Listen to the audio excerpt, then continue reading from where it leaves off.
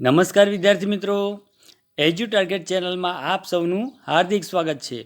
વિદ્યાર્થી મિત્રો, આજના વિડીયોની અંદર આપણે વાત કરવાના છીએ ધોરણ 6 વિષય છે ગણિત. એની અંદર ચેપ્ટર નંબર 3 સંખ્યા સાથે રમત, એનો આજે આપણે ભાગ નંબર 1 જોવા જઈ રહ્યા છીએ. તો સરળ સમજૂતી સાથે આપણે સંપૂર્ણ પ્રકરણનો છે અભ્યાસ કરીશું, જેના ઘણા બધા ભાગ પણ થશે. તો તમે છે એ દરેક ભાગને તમે જોઈ લેજો, જેથી કરીને સંખ્યા સાથે રમતનું આ પ્રકરણ છે એ તમારું પૂર્ણ થઈ જાય. તો વિદ્યાર્થી મિત્રો, ચાલો વિડીયો છે શરૂ કરીએ. એ પહેલાં મિત્રો, આ તમારા મિત્રો સુધી આ વિડીયોને વધુમાં વધુ શેર કરજો અને લાઈક અને કોમેન્ટ જરૂરથી કરજો. મિત્રો, હજુ સુધી તમે અમારી એજ્યુ ટાર્ગેટ ચેનલ સબસ્ક્રાઈબ ના કરી હોય તો સબસ્ક્રાઈબ કરી લેજો અને બાજુમાં આવેલ બેલ આઇકન દબાવી દેજો. ત્યારબાદ ઓલ નોટિફિકેશન પર ક્લિક કરી દેજો, એટલે અમે જે કંઈ પણ વિડીયો મૂકીએ એ સૌથી પહેલાં તમને એનું નોટિફિકેશન મળી જાય. તો વિદ્યાર્થી મિત્રો, તમે જોઈ શકો છો સંખ્યા સાથે રમત પ્રકરણ નંબર 3. એનું 3.1 પ્રાસ્તાવિક છે. એની અંદર જોઈએ આપણે કે રમેશ પાસે 6 લખોટી છે. તે તેમની વચ્ચે એવી રીતે ગોઠવવા માંગે છે જેથી દરેક આડી હરોળમાં સરખી સંખ્યામાં લખોટી હોય. તે તેમને તેની નીચે રીતે ગોઠવે છે અને લખોટીની કુલ સંખ્યા સાથે સરખામણી કરે છે. તો તમે જોઈ શકો છો રમેશે છે આ 6 લખોટી છે, આ તમે જોઈ શકો છો આ 6 લખોટીને રમેશે કઈ રીતે ગોઠવી છે. જે આ હરોળ છે આમ હોય છે એને આડી હરોળ કહેવાય છે, અને જે આમ હોય એને ઊભી હરોળ કહેવાય. તો આપણે આડી હરોળની અહીંયા લખોટી ગોઠવવાની છે. તો જોઈએ વિદ્યાર્થી મિત્રો, અહીંયા આ જે રમેશ છે એને આડી હરોળમાં અહીંયા સૌ પ્રથમ 1, 2, 3 એમ આ આડી હરોળમાં એક લખોટી ગોઠવી છે. તમે જોઈ શકો છો અહીંયા કે આ દરેક આડી હરોળમાં એક લખોટી ગોઠવી છે. એવી કેટલી હરોળ એને કરી? તો એણે એવી હરોળ કરી 6. એટલે લખોટીની કુલ સંખ્યા કેટલી થશે? તો કે એક લખોટી 6 હરોળની અંદર ગોઠવી એટલે ગુણાકાર થશે 1 × 6 બરાબર કુલ 6 લખોટી આપણને મળે છે. એ જ પ્રકારે હવે તમે જોઈ શકો છો કે દરેક આડી હરોળમાં એને 2 લખોટી ગોઠવી, તમે એ જોઈ શકો છો. હવે આડી હરોળની સંખ્યા કેટલી?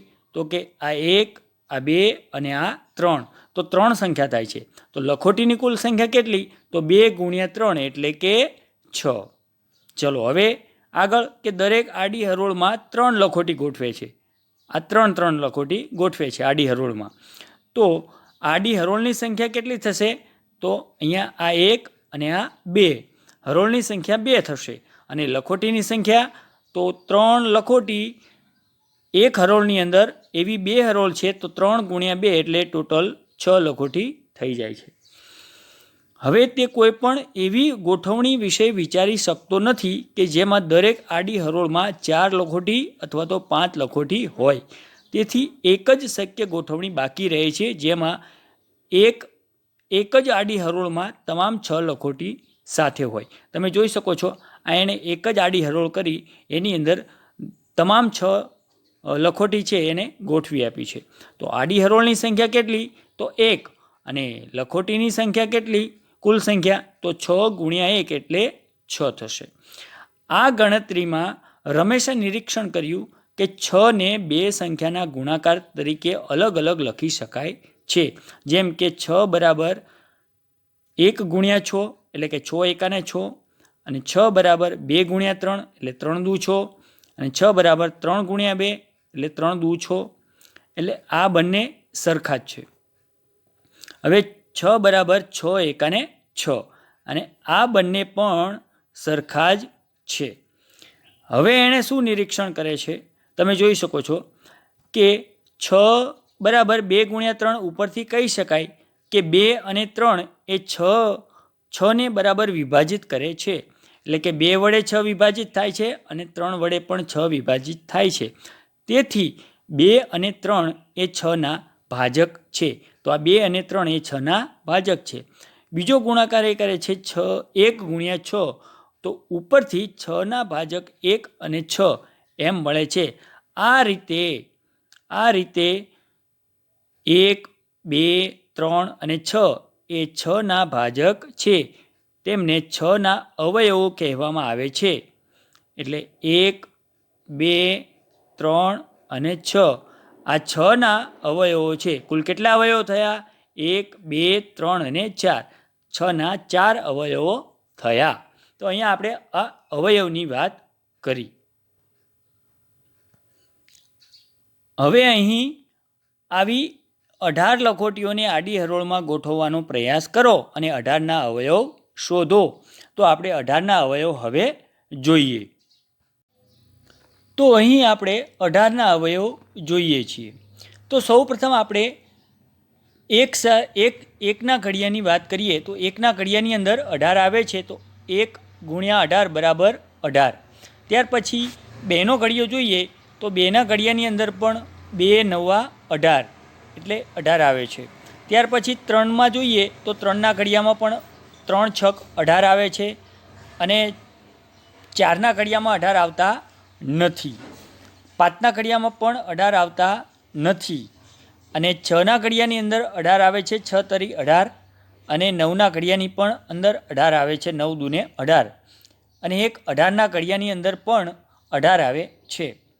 તો હવે આપણે અવયવ આને જોઈએ તો સૌપ્રથમ તો અહીંયાથી શરૂઆત કરીએ તો આ 1, 2, 3, 6 અને 9 અને સંખ્યા 18 પોતે એટલે 1, 2, 3, 6, 9 અને 18 આ એ 18ના આપણને અવયવ મળે છે. આ રીતે તમારે 1થી 10 સુધીના ઘડિયા છે એની અંદર આવતા હોય જે સંખ્યા આપણને આપી છે તે એ તેના અવયવ કહેવાય. તો આ રીતે તમારે 1થી 10 સુધીના ઘડિયા છે એ જોવાના રહેશે. તો આ વિડીયોની અંદર આ પ્રકરણની અંદર આપણે અવયવ અને અવયવી છે એના વિશે શીખવાનું છે. બરાબર છે. તો જોઈએ શું આપ્યું છે કે મેરી 4ને બરાબર વિભાજિત કરે તે સંખ્યા શોધવા માંગે છે. એટલે કે 4ને કઈ સંખ્યા વડે નિશેષ ભાગી શકાય એ તે શોધવા માંગે છે. તે 4 કરતાં નાની સંખ્યા વડે આ રીતે વિભાજિત કરે છે. તો અહીંયા તમે જોઈ શકો છો કે 1 ચોક 4, 1 ચોક 4. તો અહીંયા ભાગફળ 4 છે અને શેષ 0 વધે છે. અહીંયા જે વધે છે નીચે એ શેષ વધે છે. તો શેષ 0 વધે છે એટલે કે 4 બરાબર 1 ગુણ્યા 4 એને એ રીતે એનો ભાગ કર્યો. ત્યાર પછી આગળ 2 ગુણ્યા 2 એટલે 2 દૂની 4. તો તેમાં પણ ભાગફળ 4 છે 2 છે અને શેષ 0 વધે છે એટલે કે 4 બરાબર 2 ગુણ્યા 2. હવે અહીંયા 3થી ભાગ ચલાવે છે તો 3 એકા 3 થાય છે. તો એમાં શેષ વધે છે 1. બરાબર. શેષ કેટલી વધે છે? તો 1 શેષ આ વધે છે. હવે ભાગફળ અહીંયા 1 મળે છે અને શેષ પણ 1 મળે છે. હવે આગળ અહીંયા 4થી ભાગ ચલાવે છે તો 4 એકા 4. તો અહીંયા શેષ કેટલી મળે છે? 0 મળે છે. એટલે ભાગફળ કેટલું છે? 1 છે, શેષ 0 મળે છે એટલે કે 4 બરાબર 1, 4 બરાબર 4 ગુણ્યા 1. તો આ રીતે કંઈક ભાગ પાડે છે જેની અંદર એને અહીંયા જે 3થી ભાગ ચલાવે છે તો ત્યાં શેષ એને 1 મળે છે. હવે આગળ જોઈએ શું થાય છે કે તે શોધે છે કે સંખ્યા 4ને આ રીતે લખી શકાય. 4 બરાબર 1 ગુણ્યા 4, 4 બરાબર 2 ગુણ્યા 2 અને 4 બરાબર 4 એકા 4 ગુણ્યા 1. અને તે જાણે છે કે સંખ્યા 1, 2 અને 4 એ 4ના ભાજક છે. આ સંખ્યાને 4ના અવયવ કહેવામાં આવે છે. તો અહીંયા આ 1, 2 અને 4 એને 4ના અવયવ કહેવામાં આવે છે કારણ કે તેને નિશેષ એ ભાગી શકાય છે. તેના દ્વારા નિશેષ ભાગી શકાય છે એટલા માટે. આ 3 હતા અહીંયા 3થી એને ભાગ ચલાવ્યો તો એ નિશેષ ભાગી શકાતા નથી એટલે 3 4ના અવયવ ન કહેવાય. જે સંખ્યાને જેના વડે નિશેષ ભાગી શકાય એને તેના અવયવ કહેવાય. તો અહીંયા 3 છે એ 4નો અવયવ નથી. તો 4ના અવયવ કેટલા થયા? 1, 2 અને 4. 3 અવયવ થયા છે. હવે આગળ જોઈએ કે સંખ્યાના અવયવ તે સંખ્યાના ભાજક છે. એટલે સંખ્યાના અવયવ છે એ સંખ્યા એના વડે આપણે ભાગી શકીએ છીએ. એ સંખ્યાને નિશેષ ભાગી શકીએ છીએ. ધ્યાનથી જુઓ કે 4ના દરેક અવયવ 4 અથવા તો 4 કરતાં નાના છે. એટલે કે આપણે 4ના અવયવ પાડ્યા તો આપણને કેટલા મળ્યા? તો કે 1 મળ્યો, 2 મળ્યા અને 4 મળ્યા. તો ધ્યાનથી જોઈશું તો આપણને ખ્યાલ આવશે કે એ 4 છે અથવા તો 4થી નાના અવયવ છે. બરાબર? એટલે અવયવ છે એ આ સંખ્યા જેટલા હોય અથવા તો એનાથી નાના હોય છે. આ આપણે અવયવની વાત કરીએ છીએ. ખાસ ધ્યાન આપશું, અવયવીની વાત નથી કરતા, અવયવની વાત કરીએ છીએ. હવે અહીંયા રમત આપેલી છે, તો આ રમત છે એ તમારા 2 મિત્રો સાથે તમારે રમવાની છે. એની અંદર આ રીતે અવયવ પાડવાના છે. જે આપણે 18ના અવયવ પાડ્યા, બીજા આપણે અવયવ જોયા, બરાબર, 6ના, પછી અત્યારે 4ના અવયવ જોયા. એ પ્રકારે અહીંયા તમારે અવયવ પાડવાના છે અને આ રમત રમવાની છે. તો તમે આ રમત રમવા માટેના અહીંયા પગથિયા આપ્યા છે, એ તમે વાંચી અને રમત રમજો. ચલો, હવે અહીં આપણે કહી શકીએ કે અવયવી એ તેના અવયવનો ગુણાકાર છે. તો જુઓ અહીંયા છે આ અવયવી 20. હવે આ 4 ગુણ્યા 5 એટલે 5 ચોક ને 20. તો આ 4 અને 5 એ 20ના અવયવ કહેવાય. જ્યારે 4 અને 5નો અવયવી શું કહેવાય? તો કે 20 કહેવાય. 4 અને 5નો અવયવી 20 કહેવાય. હવે અહીંયા 24 છે તો 2 ગુણ્યા 12 બતાવે છે કે 2 અને 12 એ 24ના અવયવો છે. જ્યારે 24 એ 2 અને 12નો અવયવી છે. ખ્યાલ આવ્યો? ચલો, હવે આગળ જોઈએ કે આપણે કહી શકીએ કે અવયવી એ તેના અવયવનો ગુણાકાર છે. ચાલો હવે આપણે અવયવો અને અવયવી વિશે કેટલાક રસપ્રદ તથ્યો જોઈએ. તો અહીંયા પહેલું એ આપ્યું છે કે દરેક 3 એકમ લંબાઈની સંખ્યાબંધ લાકડાની અથવા તો કાગળની પટ્ટી એકત્રિત કરો. અહીંયા 3ની, કે બધાની અંદર 3 લખેલું હોય. હવે આકૃતિમાં બતાવ્યા મુજબ પટ્ટીને એકબીજા સાથે જોડો. એવી ટોચની પટ્ટીની લંબાઈ 1 ગુણ્યા 3 એટલે 3 એકમ થાય છે. તેની નીચેની પટ્ટીની લંબાઈ 3 વત્તા 3 એમ 6 એકમ થાય છે. એટલે 6 એટલે 2 તરી 6. આગામી પટ્ટીની લંબાઈ 3, 3 અને 3 એટલે કે 3 વત્તા 3 વત્તા 3 બરાબર 9 એકમ થાય છે. એટલે 3 ગુણ્યા 3 એટલે 9. આ રીતે ચાલુ રાખીને આપણે અન્ય લંબાઈને દર્શાવી શકીએ છીએ. જેમ કે 12 તો 4 ગુણ્યા 3 4 તરી 12, 15 તો 5 તરી 15. તો આપણે કહી શકીએ કે સંખ્યાઓ 3, 6, 9, 15 એ 3ના અવયવી છે. 3ના અવયવી છે એટલે કે 3ના ઘડિયામાં જે કોઈ પણ આવતા હોય એ બધા એના અવયવી થાય. 3 × 1 = 3, 3 × 2 = 6, 3 × 3 = 9, 3 ચોક 12, 3 × 5 = 15. આ બધા જ તે 3ના અવયવી છે. શું છે? અવયવી છે. એટલે 3નો ઘડિયો બોલીએ અને જે જવાબ મળે એ આપણને બધા 3ના અવયવી કહેવાય. 4નો ઘડિયો બોલીએ અને જે જવાબ મળે એ 4ના અવયવી કહેવાય. અવયવ કહેવાય નહીં. અવયવી અનંત હોય, અવયવો સીમિત હોય. આગળ જોઈશું. હવે 3ના અવયવીની સૂચિ 18, 21, 24 તરીકે ચાલુ રાખી શકાય છે. આ દરેક અવયવી 3 કરતાં વધારે અને તેના બરાબર છે. સંખ્યા 4ના અવયવી જોઈએ તો 4 × 1 = 4, 4 × 2 = 8, 4 તરી 12, ચોકો 16 એમ અહીંયા 24 આપ્યા છે. તો જેની યાદી અનંત એટલે કે ખૂબ લાંબી યાદી એની થઈ શકે છે, કારણ કે 4નો ઘડિયો તો ખૂબ લાંબો બની શકે છે. હવે આ દરેક સંખ્યા 4 કરતાં વધારે અથવા તેના બરાબર છે. આ સંખ્યાઓ કેવી હોય? તો કે 4 કરતાં વધારે હોય અથવા તો 4 હોય. સંખ્યા જેટલી હોય અથવા તો એનાથી વધારે હોય અવયવીની સંખ્યા. હવે ચાલો આપણે જોઈએ કે અવયવો અને અવયવી વિશે શું તારણ કાઢ્યું. તો પહેલું છે કે શું કોઈ સંખ્યાને જે દરેક સંખ્યાનો અવયવ થાય છે? તો હા, તે 1 છે. તો ઉદાહરણ તરીકે 6 બરાબર 1 × 6 18 બરાબર 1 ગુણ્યા 18 અને આ જ પ્રમાણે આગળ વધુ સંખ્યાઓ માટે તેને તપાસો. એટલે કોઈ પણ સંખ્યાનો અવયવ 1 તો હોય જ તે. ચલો આગળ બીજું કે શું 7 એ પોતાનો અવયવ બની શકે? તો હા, 7 બરાબર 7 ગુણ્યા 1 લખી શકો છો. 10 ગુણ્યા 1 લખી શકો છો. બરાબર. એ જ પ્રકારે 15 પણ આપણે 15 ગુણ્યા 1 લખી શકીએ. તો તમને મળશે કે દરેક સંખ્યાને આ રીતે દર્શાવી શકાય છે. આપણે કહીએ છીએ કે દરેક સંખ્યા પોતે પોતાનો અવયવ છે. દરેક સંખ્યા પોતે પોતાનો અવયવ છે. ત્રીજું જોઈએ કે 16ના અવયવ શું છે? તો તેઓ 1, 2, 4, 8 અને 16 છે. આ અવયવ છે 16ના, જે 16 કરતાં નાના છે અથવા તો 16 છે.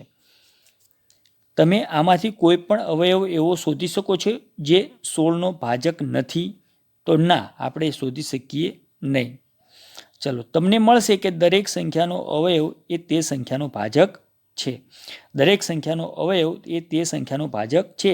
એટલે દરેક અવયવ વડે તે સંખ્યાને ભાગી શકાય. જો અહીંયા 1 વડે પણ 16ને ભાગી શકાય, 2 વડે પણ 16ને ભાગી શકાય, 4 વડે પણ 16ને ભાગી શકાય, 8 વડે પણ 16ને ભાગી શકાય અને 16 વડે પણ 16ને ભાગી શકાય છે. એટલે આ દરેક અવયવ કહેવાય. એટલે દરેક સંખ્યાનો અવયવ એ તે સંખ્યાનો ભાજક છે. તો હવે જોઈએ 4 નંબર. એની અંદર જોઈએ કે 34ના અવયવ શું છે? તો તેઓ 1, 2, 17 અને 34 છે. એ પૈકી સૌથી મોટો અવયવ કયો છે?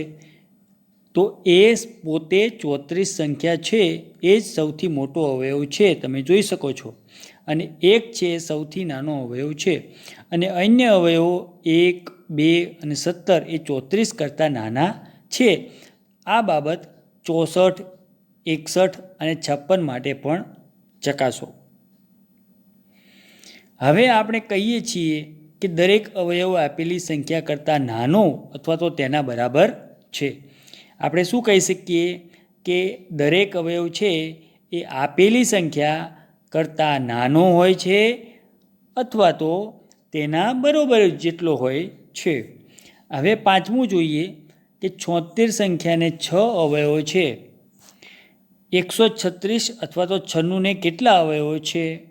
તો 76ના અવયવો આપણે પાડવા પડે. બરાબર. તો આપણને ખ્યાલ આવે કે એના 6 અવયવો છે. તો એ તમે જાતે અવયવ પાડી દેજો. તમે જાણી શકો છો કે આમાંના દરેક સંખ્યાના અવયવોની ગણતરી કરી શકો છો. જો સંખ્યાઓ 10,576, 25,642 વગેરે જેટલી મોટી હોય અથવા એનાથી મોટી હોય તો પણ આવી સંખ્યાના અવયવોની ગણતરી કરી શકો છો. જો કે તમને કદાચ આવી સંખ્યાના અવયવો શોધવાનું મુશ્કેલ પણ પડી શકે છે. આપણે કહીએ છીએ કે આપેલ સંખ્યાના અવયવોની સંખ્યા મર્યાદિત છે. એટલે અવયવોની સંખ્યા કેવી છે? તો મર્યાદિત છે. આગળ આપણે વાત કરીએ 6 નંબરની કે 7ના અવયવી શું છે? હવે આપણે બધી અવયવી વિશે વાત કરીશું. અત્યારે આપણે અવયવ વિશે વાત કરી, હવે અવયવી વિશે વાત કરીશું. તો 7ના અવયવી શું છે? તો દેખીતી રીતે 7, 14, 28 તમને મળશે કે આ દરેક અવયવી 7થી વધારે અથવા બરાબર છે. એટલે અવયવી છે એ 7થી વધારે એટલે કે સંખ્યા કરતાં મોટા હોય છે અથવા તો એ સંખ્યા જેટલા હોય છે. હવે શું તે દરેક સંખ્યા સાથે થઈ શકે છે? તો હા, 6, 9 અને 10ના અવયવી માટે આ તપાસો. તો હા, દરેક માટે આ થઈ શકે છે. હવે આપણે શું શોધ્યું કે દરેક સંખ્યાના અવયવી શું શોધ્યું? તો દરેક સંખ્યાના અવયવી તે સંખ્યા કરતાં વધારે અથવા તો તેના બરાબર હોય છે. અવયવ છે એ સંખ્યા કરતાં નાના અથવા તો તે સંખ્યા જેટલા હોય છે, જ્યારે અવયવી સંખ્યા કરતાં મોટા અથવા તો તેના બરાબર હોય છે. આ બંને ફરક આપણે ધ્યાન રાખવો પડશે. 7મું જોઈએ કે 5ના અવયવી લખો. તો તેઓ 5, 10, 15, 20 એમ અનંત સુધી હોઈ શકે છે. શું તમને લાગે છે આ યાદી ગમે ત્યાં સમાપ્ત થશે? તો ના, સૂચિ અનંત છે એટલે એ અનંત સુધી ચાલ્યા કરશે. 6, 7ના અવયવી સાથે પ્રયાસ કરો. તો 6નો ઘડિયો બોલીએ એટલે આપણને 6ના અવયવ મળે, 7નો ઘડિયો બોલે તો 7ના અવયવી મળે. ચલો હવે આપણે શોધ્યું કે આપેલ સંખ્યાના અવયવીની સંખ્યા અનંત છે. 8મું જોઈએ કે શું 7 એ પોતાનો એક અવયવી હોઈ શકે? તો હા, કારણ કે 7 બરાબર 7 ગુણ્યા 1. શું તે અન્ય સંખ્યા માટે સાચું હશે? તો હા, 3 ગુણ્યા 1 કરીએ બરાબર 3 થાય, એટલે 3 એ પોતાનો અવયવી છે જ. હવે આ 12 અને 16 સાથે પણ અજમાવી જુઓ. હવે અહીંયા આપણને ખ્યાલ આવશે કે દરેક સંખ્યા પોતે પોતાનો એક અવયવી છે. જેમ દરેક સંખ્યા પોતે પોતાનો અવયવ છે એમ દરેક સંખ્યા પોતે પોતાની અવયવી પણ છે. ચલો આગળ હવે વાત કરીએ કે 6ના અવયવો 1, 2, 3 અને 6 છે અને 1 + 2 + 3 + 6 બરાબર 12 થાય છે. હવે આ 12ની વાત કરીએ તો 2 ગુણ્યા 6 બરાબર પણ 12 થાય છે. તો આપણે શોધી શકીએ કે સંખ્યા 6ના અવયવોનો સરવાળો સંખ્યા 6 કરતાં બમણો છે. એટલે 6 સંખ્યા એવી છે કે જેના અવયવોનો સરવાળો એના કરતાં બમણો છે. હવે 28ના તમામ અવયવો જોઈએ તો 1, 2, 4, 7 અને 14 અને 28 છે. આ બધાના સરવાળા કરતાં આપણને મળે છે 56. તો 28 દૂને 56 એટલે કે 28 કરતાં એનો સરવાળો બમણો છે. હવે 28ના અવયવોનો સરવાળો 28 કરતાં બમણો છે. તો આપણને ખ્યાલ આવે કે જે સંખ્યા માટે તેના બધા અવયવોનો સરવાળો તે સંખ્યા કરતાં બમણો થાય તો તે સંખ્યાને આપણે સંપૂર્ણ સંખ્યા, પરફેક્ટ નંબર એવું કહેવાય છે. સંખ્યા 6 અને 28 સંપૂર્ણ સંખ્યા છે. શું 10 સંપૂર્ણ સંખ્યા છે? બરાબર, તો આપણે 10ના અવયવો પાડવા પડે. તો 10ના અવયવો પાડીએ તો સૌપ્રથમ તો 1 આપણને મળે છે, ત્યાર પછી 2 મળે છે, ત્યાર પછી 3 નહીં, 4 નહીં અને 5 મળે છે, અને પછી 6, 7 કે 8 ને 9 નહીં પણ સીધા 10 મળે છે. આ 10ના અવયવ થાય છે. હવે આપણે એનો સરવાળો કરીએ તો 10 ને 5 15, 16, 17 ને 1 18. તો અહીંયા 18 એનો સરવાળો થાય છે. તો 10 ગુણ્યા 2 કરીએ તો 20 થાય છે. બરાબર, એટલે બમણું થતું નથી, એનો સરવાળો બમણો થતો નથી. તો આ સંખ્યાને આપણે સંપૂર્ણ સંખ્યા કહીશું નહીં. ચાલો હવે અહીં આપણને કેટલાક દાખલા આપ્યા છે ઉદાહરણ રૂપે. તો જોઈએ, 68ના તમામ અવયવ લખો. તો આપણે નોંધીએ છીએ કે 68 બરાબર 1 ગુણ્યા 68, પછી 2 ગુણ્યા 34, 4 ગુણ્યા 17 અને 17 ગુણ્યા 4. તો અહીં થોભો, કારણ કે 4 અને 17 અગાઉ આવી ગયા છે. બરાબર, આ તમે 4 ગુણ્યા 17 કહો અથવા તો 17 ગુણ્યા 4 કહો, બંને સરખું છે. આમ અહીં 68ના તમામ અવયવો જોઈએ તો 1, 2, 4 અને 17 અને 34 અને 68 છે. બરાબર, ચલો હવે એ જ પ્રકારે અહીં આપણને 36ના અવયવો આપ્યા છે. તો 1 ગુણ્યા 36, ત્યાર પછી 2 ગુણ્યા 18 એટલે 18 દુ 36, 3 ગુણ્યા 12 એટલે 12 તરી 36, 9 ચોક 36 અને 6 6 36. તો અહીં તમે જોશો તો આપણને 1, 2, 3, 4, 6, 9, 12, 18 અને 36 આ 36ના અવયવ મળે છે. હવે એટલે કે જે ડબલ વખત આવ્યા હોય એ આપણે લેવાના નથી. તો અહીંયા ઉપરના દાખલાની અંદર તમે જુઓ તો આ બંને ડબલ વખત કહેવાય. બરાબર, 4 અને 17, 17 અને 4. તો એક વખત 17 લેવાનું, એક વખત 4 લેવાના. અહીંયા શું થયું?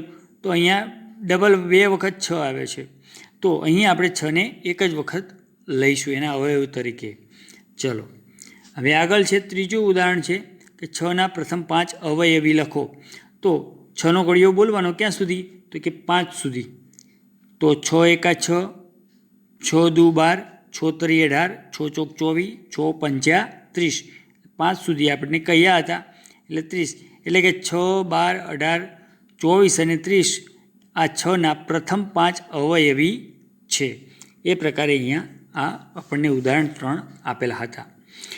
હવે મિત્રો આગળના વિડીયોની અંદર આપણે સ્વાધ્યાયનો છે એ અભ્યાસ કરશું.